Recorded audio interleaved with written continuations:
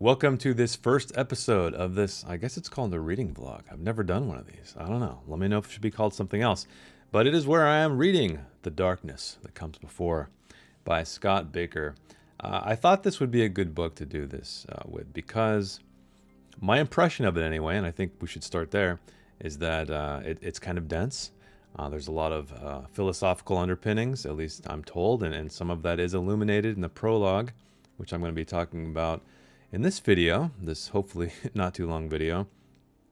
But it's not as complex as I imagined it was going to be. It's very reminiscent of, I'm not saying the book is reminiscent of, but my impression is of the Gardens of the Moon by Stephen Erickson. So before I read that book, or attempted to read that book, I had a lot of baggage in my mind of what it was going to be, and it kind of wasn't that at all. I'm getting that with this book as well. I thought it was going to be super confusing, the prose super dense, but it's not. It's very readable for the most part. I have some critiques, of course, as I always do, but I'm enjoying it so far. There's a lot of umlauts and I don't know. I don't even know what they're called. The little carrot-looking things over over letters. I would say Bakker probably. I'll give him the credit for the most obscure character names I've ever seen. Again, I've read a lot of fantasy, but I don't read it regularly that often, so maybe I am talking out my ass. But anyway, let's talk about this prologue.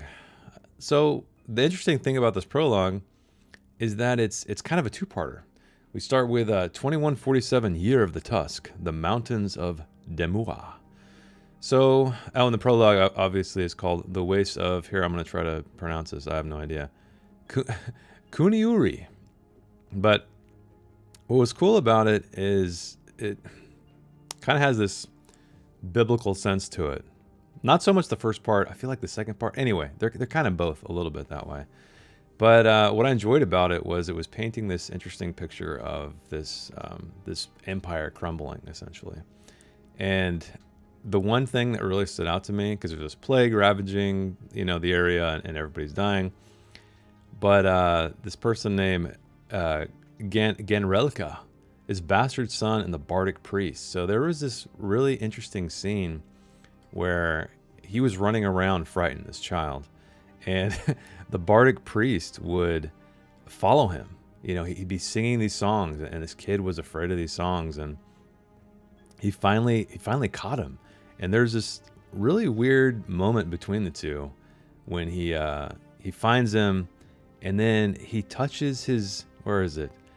He touches his his shoulder, but then he caressed first his cheek and then his thigh.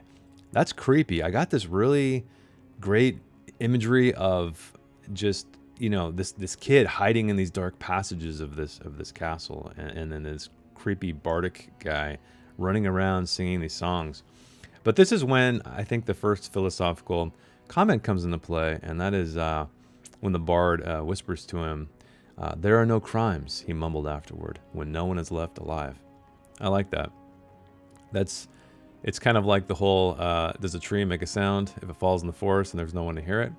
That's where I got that from.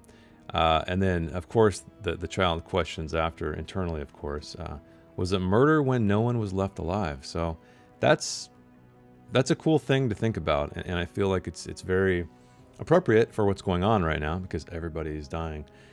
But then, so this kid's hanging out, and these Dunyain, I guess that's how you pronounce it, show up. And he's afraid because, they're asking him, they're like, why do you fear us, child? And he says, so long as men live, there are crimes. But then the man's eyes filled with wonder.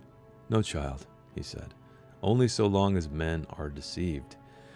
So interesting. That pretty much brings us to the end of the first part of the prologue, which again is really strange. I've never read a prologue with two parts. But this zooms us forward into late autumn. The year is 4109, Year of the Tusk, the Mountains of Demua. So this is when we meet Kellis. He's a monk. He appears to be kind of godlike, I guess. He speaks like one, and this is when I was thinking that things were getting a little cringy here and there with the dialogue, but it didn't bother me too much because he has this like godlike air. Those of you out there who have read this book, don't spoil it for everybody, but I'm hoping you out there can help guide me through this. And then if anybody's out there who's reading this book for the first time, maybe you'll help them too. But he starts dropping some philosophy bombs as well, which felt a little bit out of place. But he's looking for this city, and he can't find it. Shimei, I think it's called. But this man, Lewith, finds him. He's like a trapper out in the snow, and he kind of weans him back to health, and they go fight these Shranks, I guess they are. Something like that. And that's another interesting thing. Actually, I'll get to that in a bit, but this is when this kind of made me laugh out loud. Well, in my head anyway. But when this Lewith guy is talking about his wife that he lost and he abandoned, and he's like, it's tormenting him completely. Kellis says, "No one's soul moves alone, Lewith. When one love dies, one must learn to love another." That sounds like something you read on a sympathy card. So I think that while the prose and the narrative standpoint it's decent. I think it's pretty strong. I think Bakker's a decent like narrative writer, prose writer. But when it gets to the dialogue, that seems to be his weak point. I don't know. I'm still in the prologue. Could get way better. I have no idea. But then they fight these Shrank things, these creatures, and I forgot to mention those in the first part because they were scaling the castle walls and doing all kinds of stuff. But it was interesting when Kellis fights these things because they're never really described, and I love restraint in monster descriptions. I don't like it when all of the details are spelled out. It's like a laundry list of descriptions, so hopefully the reader won't be confused. But I don't know. I felt like I could have used a little bit more in this regard. We talk about leathery skin and stuff, but really that's it. The action was telegraphed in such a expository way. Like it was all telling. Really wasn't much showing. There wasn't really much to get me into the scene. And this is honestly the section where it feels very biblical from the description, from Kellis having this man Lewith kind of. He says that God has chosen him, or God has chosen him, or gods have chosen him to be here. And then plus, of course, the dialogue feels very biblical. I can say the word. So I don't know. I'm enjoying it so far, but yeah, some of the dialogue, it's a little stilted, a little unrealistic. But sometimes you got to put your head in the space of fantasy, right, to really feel it out, and the cultures and so on and so forth. But this made me laugh. Okay, this is when he meets this non-man. So him and Lewith are out there in the snow, and I see that you are a student. Knowledge is power, eh? So I immediately got one of those. The more you know. Rainbow graphics pop in my head, and I looked up that that quote because it's very well known. I've heard it before. I didn't know who originally said it. It sounds like Francis Bacon was the first person to or who was coined in saying it, or gets credit in saying it first, who was a philosopher.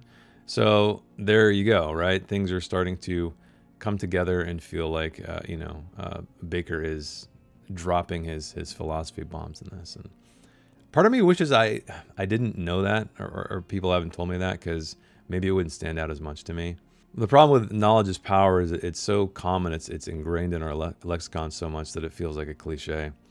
But anyway, it is what it is. It's, again, I'm not trying to completely bash this book or anything like that. I'm just trying to tell you my thoughts, first impressions, etc., etc.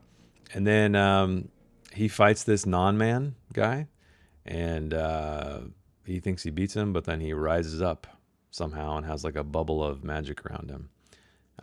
Sorcery. Is this among the lessons I'm to learn, Father? Oh yeah, I forgot to mention Kellis is looking for his dad.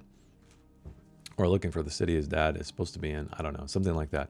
But anyway, overall, yeah, it's not bad. I'm enjoying it so far. It's a cool departure from a lot of stuff I'm reading right now. That's why I like to dive into fantasy, periodically rotate it in, keep it in the rotation, because it illuminates very different things about writing and very different things about character and setting and so on and so forth. But are you reading this book for the first time? Are you a seasoned veteran? Let me know in the comments below. And yeah, I'm going to keep this off the cuff, just my brief thoughts. Hopefully this is brief enough for you. And hopefully we can discover this book together, or maybe rediscover this book if you've read it before. So thanks for watching, and I will see you in the next one with chapter 1, because I'm going to do these things chapter by chapter. Oh man, I know it's going to be a project, I guess. That's why I'm trying to keep these loose. I'm trying to keep them unscripted. So anyway, thanks for hanging out with me, and I'll see you in the next video with chapter 1.